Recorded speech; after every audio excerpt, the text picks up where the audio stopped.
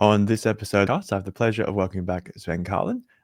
Sven has had an amazing career, having been an investor for more than 2 decades, studying a Ph.D, analyzing stock market risk, working in data research, running his own investment research platform, and he also has an amazing YouTube channel. So, Sven, thanks so much for coming on the podcast today.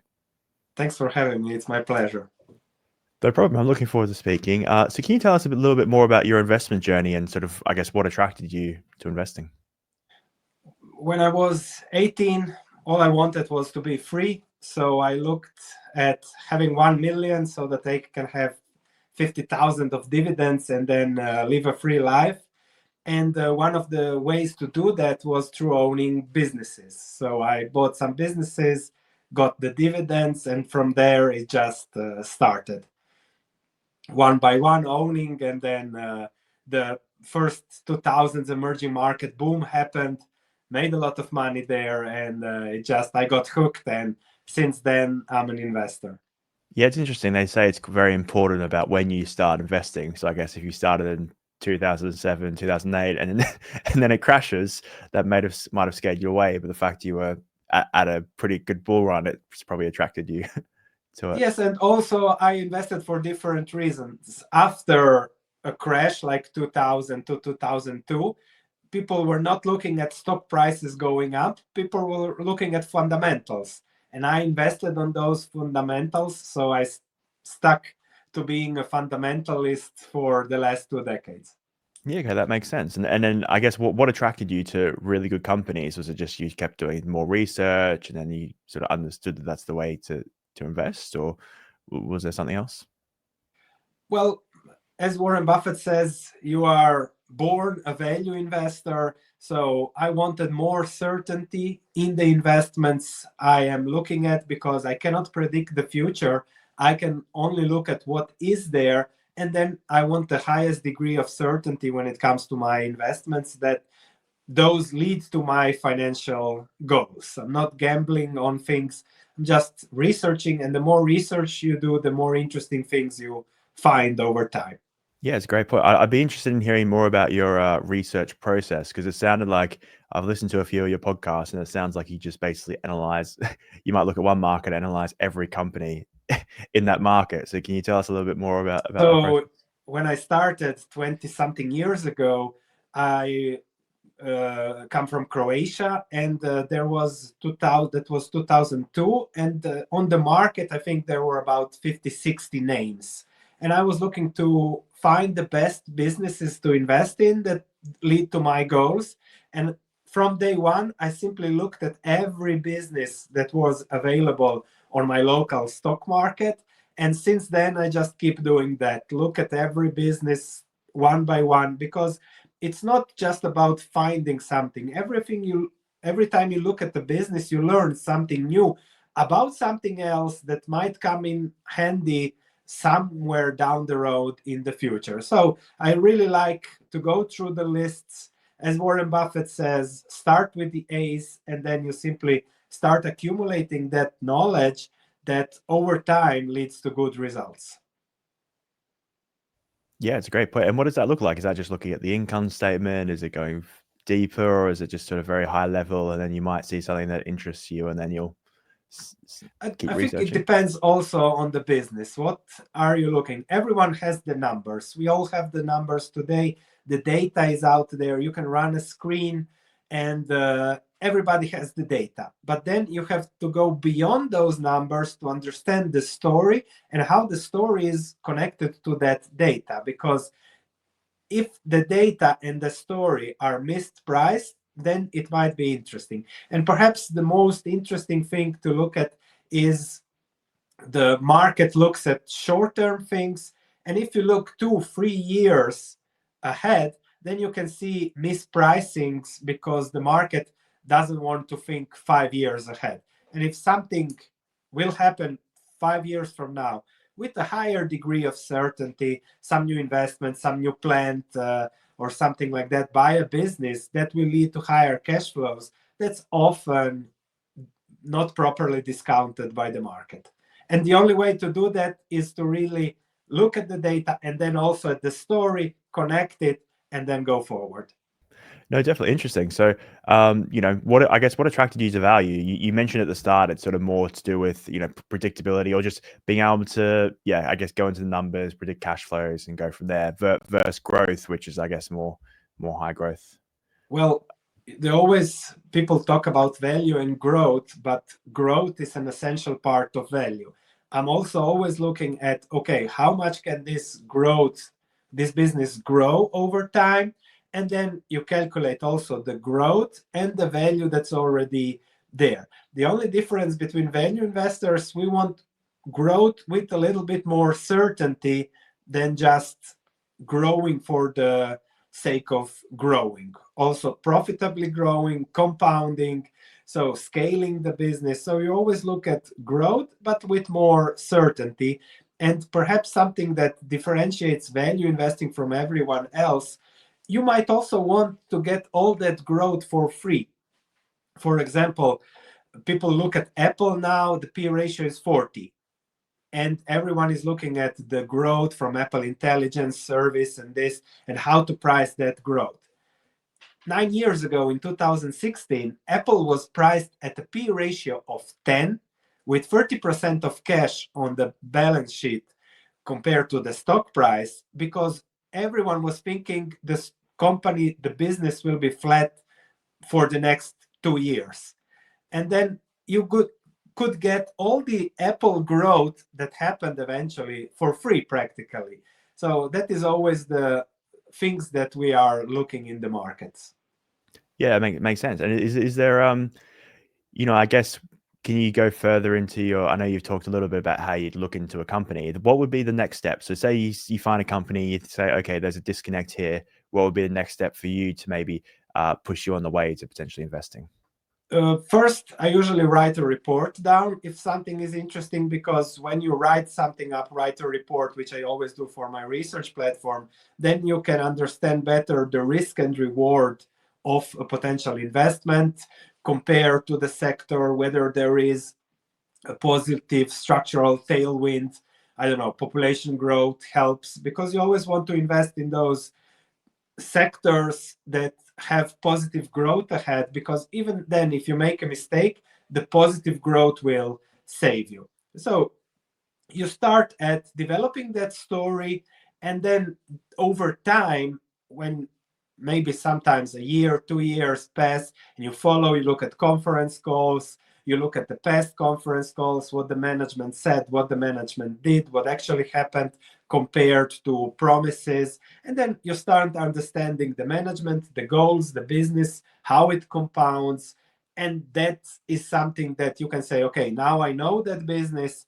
And then depending on the price, you can consider investing in it. Yes, it's quite a long process. Is there any times where it could be shorter from your perspective, or is it normally no? You have to really understand the company well before It's investing. better to understand the company because the market will always give you surprises. And if you don't understand the company and the stock crashes for whatever reason, 25%, you're in panic. So it is a process, and you need to give it the due time, the proper time to understand owning what means owning that business. And when you have an ownership perspective and you know the company well, everything is different.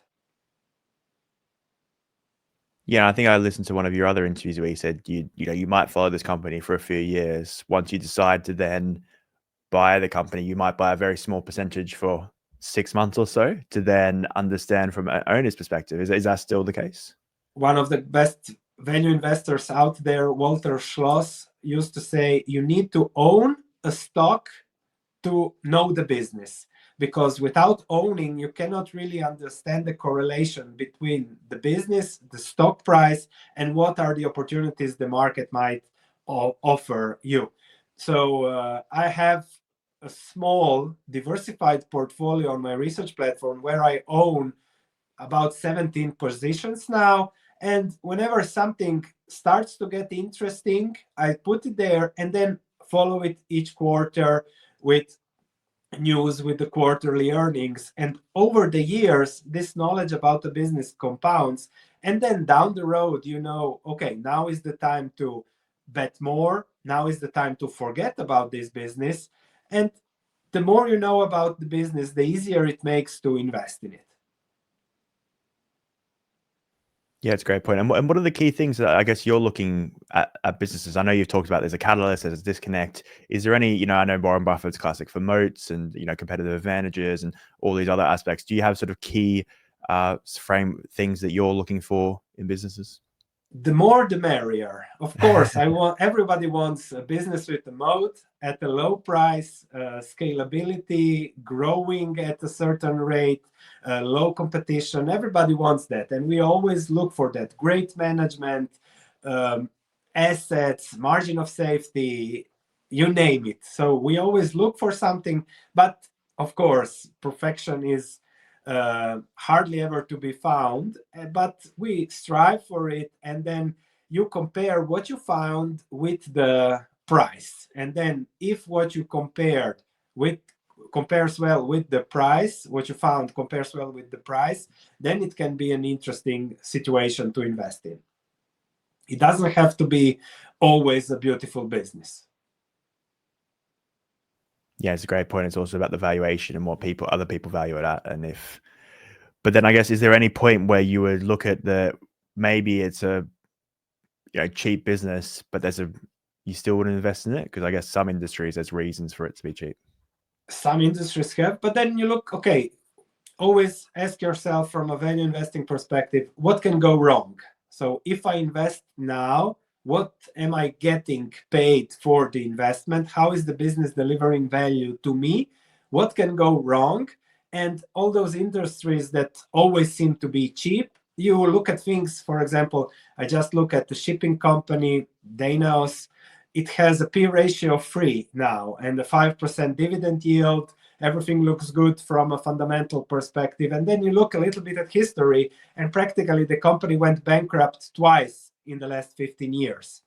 And then you understand, okay, that's why it is cheap, because that's a reoccurring risk with shipping. You have these cycles, and then you have to understand how these cycles work. But you never know. Maybe sometimes you look at something and you understand, okay, this is really a good time to do something, and then you might take some action.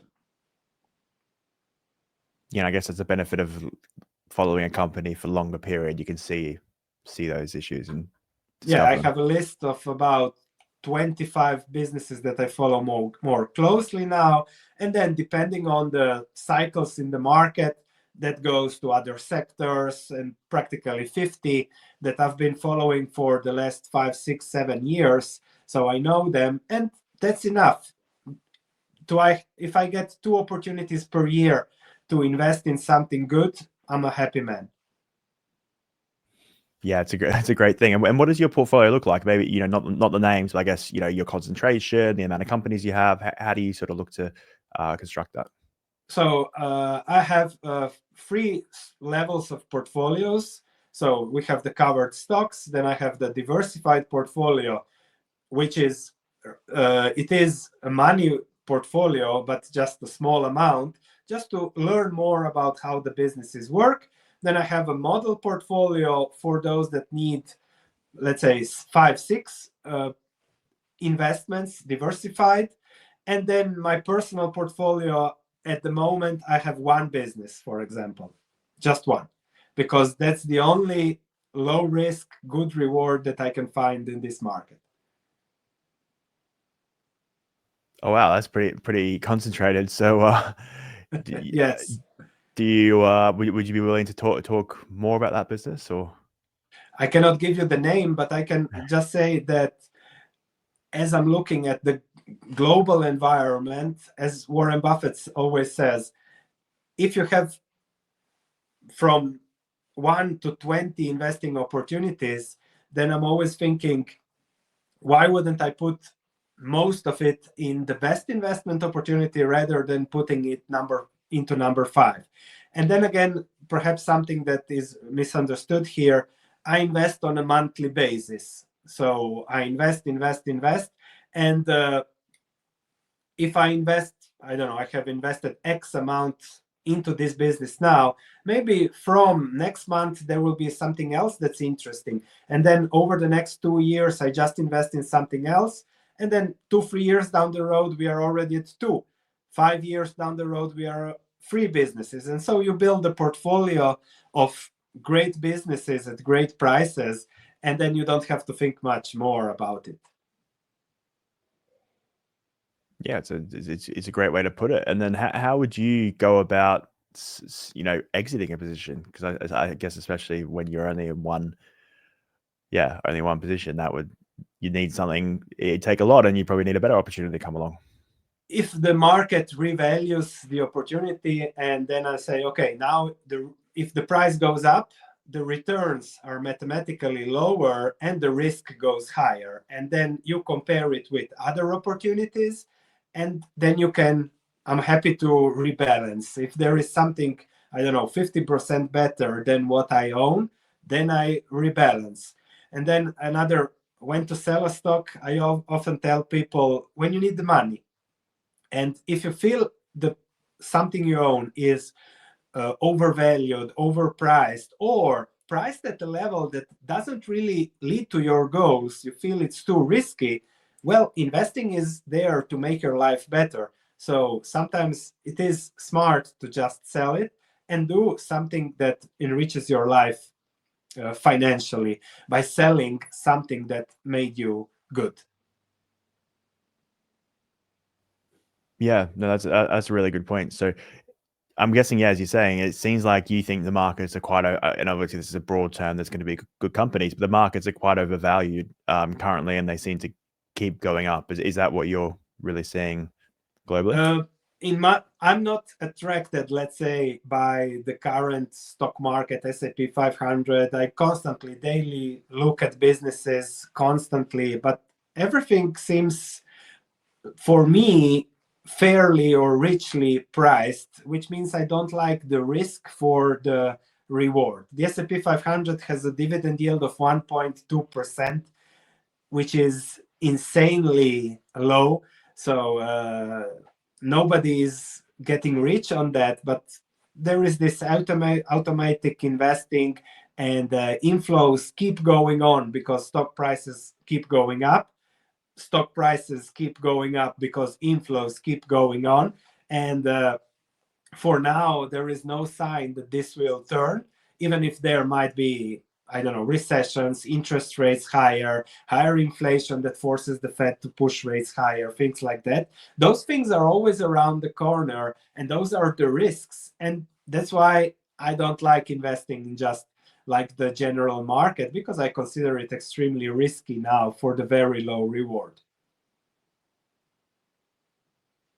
Yeah, it's a good point. And then you mentioned dividend yield. Do you also look at, I guess, total distribution, so including buybacks? Because it seems like that's the way that a lot of companies have sort of moved their distributions. Yes, but at the end, buybacks should be there to grow the dividend distribution per share. If the dividend distribution per share is not growing by the level of buybacks, then buybacks are destroying value. And if buybacks are done at a P ratio 30-40, then buybacks are, as to quote Warren Buffett, stupid.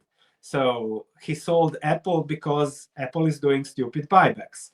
And it is one thing doing buybacks at a price that I would like buying too.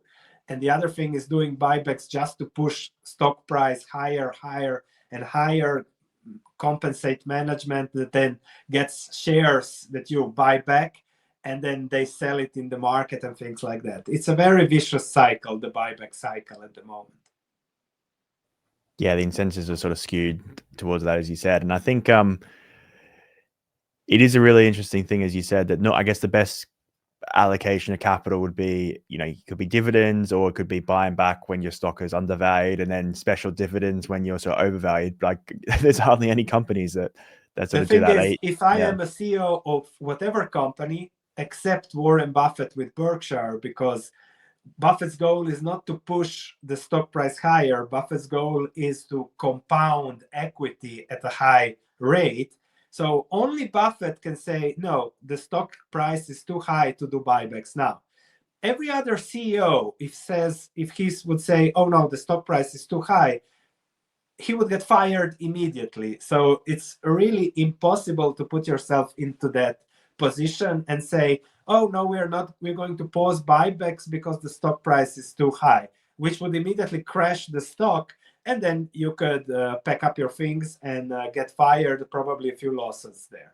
Yeah, and I guess a lot of the a lot of those big companies, they tried not to do it for so long. So I guess you look at the Googles, the Apples, they had hundreds of billions of dollars of cash that just kept building and building and building. And I think it got to the point where they just couldn't find ways to spend it, which is the issue. And then, as you said, buybacks might not be the best way. There could be other ways. But at some point, yes, buybacks are smart, but nobody now has the guts to say, okay, we're switching to dividends. So because it's counter day job. Every CEO is a salesperson. They need to sell the stock. They need to make money for shareholders by pushing the stock higher, which is different than by creating more value through equity. Yeah, it's a great point. So there's been a lot of talk, I guess, from people saying that value investing is dead. It seems like growth investing has sort of outperformed, at least generally over the past decade, at least. Do you have an opinion on that? Is it just that people are looking at the wrong companies, or what are your thoughts? I think that first you have to look at the European stock market index has been flat for 25 years, so flat. And then people look just at one index, the S&P 500, that over the last few years has done 14%, over the last 7 years have done 14% per year, which is the most remarkable bull run since compared to the 1920s. So first we have to compare apples and oranges here. So you are taking the best bull market in history and then comparing it to everything else. And I'm happy to hear that value investing is dead, because the difference between value investing and everything else is that value investing works in whatever environment. The P ratio of my portfolio is 10. The P ratio of the S&P 500 is 30. Maybe it can go to 50 and I will keep underperforming, but I'm happy underperforming. And that would actually be my hope scenario, that the S&P 500 does 20% per year for the next decade, and I do my 15%. Let me know where I should sign. There are just risks that nobody can predict whether those will materialize or not. I will go for my returns with more certainty, which is value investing. Yeah, as you say, it's more the risk-adjusted returns, which is what you're aiming for. You cannot never know what the risks will be and how the risks will materialize. But if you just look over the last 45 years, since we have had interest rates just going down, down, and down, and I still consider them very low because the expectations are for more zero interest rates, or 2%, which is nothing. So valuations went from a P ratio of 7-8 to the current 30. So just in that valuation expansion, you have a 4x in the market. If we go to average historical valuations of 15, on average interest rates of, 5% for the 10-year treasury, then the stock market will go down 50%. And then it would take more than a decade just to come to zero positive returns, which then explains the risks. And I'm not going to risk investing in something with a 1% dividend yield when I can find globally investments that give me 10% or more. Yeah, it's a great point. So is there any, maybe not talking about the company you're invested in, but is there any in the other portfolios that you're sort of quite interested in the moment, that you've been analyzing quite closely, that you can talk about? The last sector that I've been looking a little bit deeper is food. And I've made recently a few videos, not about food, but about food brands like Kraft Heinz, Mondelez, things like that are also cheaper, but that is more a brand question. So those big brands from the last 20, 30 years are losing their power. But in general, food stocks have been overlooked by the market. And I can give you an example for Archer Daniel Midlands. If you look at the food cycle, everyone expects weaker food prices, uncertain prices in 2025, and therefore the stock went from 100 to 50 where it's trading now. But if you look at the long-term cycle, it's now trading at the free cash flow yield of 10%, 4% dividend, usually the 3-4% inflation, food inflation growth over time. So you already have a nice 10% yield from something that is more or less certain, because usually I see that people eat every day. And I think that despite AI and things like that, people will continue eating. So that is the value investing way. Yeah, and I guess the risk is there, sort of commodity exposure and the potential increase. I know sugars, sort of, and coffee, these type of commodities have had quite large increases, but then ideally they'll sort of go up and down. They'll sort of balance each other out. Those are a little bit more specific, but if you look at corn, at things like that, at the crushing margins, at the global distributions, there are always ups and downs, and the market always thinks, okay, now prices are down and prices and things will remain like that forever. That's usually not the case, and that gives us value investors, if you want to have something nice like food exposure. Archer Daniel Midlands is the company that has increased dividends for the last 50 years. So, and they plan to continue to do that. They have all over the world, global population is still growing, more demand. So we have these positive trends at a free cash flow yield of 10% on average for the last 10 years, plus the growth. And then you say, okay, that's already something interesting. Yeah, it's a great point. So I know what you mentioned, you started sort of looking at Croatian stocks when you began your career, and I think you mentioned before that at the time it was a frontier market because it was sort of the economy was just growing. So are there any other geographies that you're looking at? And I guess if they're frontier, how do you sort of go about? I'm looking more now at the risks, and I was born there in Croatia. I live there, so I know the market very well, which is now overvalued.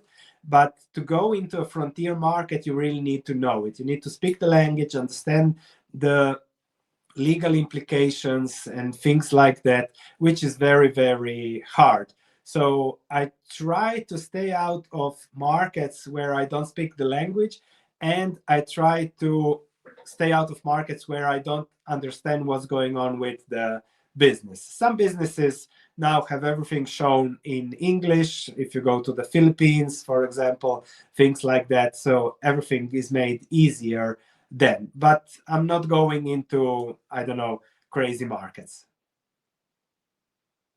Yeah, it's a great point. So Sven, thanks so much. We sort of talked all about your your career, investing, your strategy, everything like that. I feel like we've gone in all different directions. So my last question is, what is one message you want people to take away from our conversation?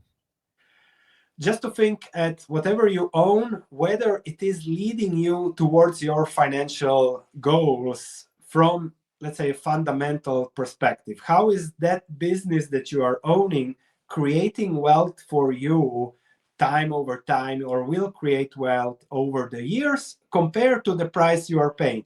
Sometimes it's better to pay your 6% mortgage than to risk losing 50% on something crazy.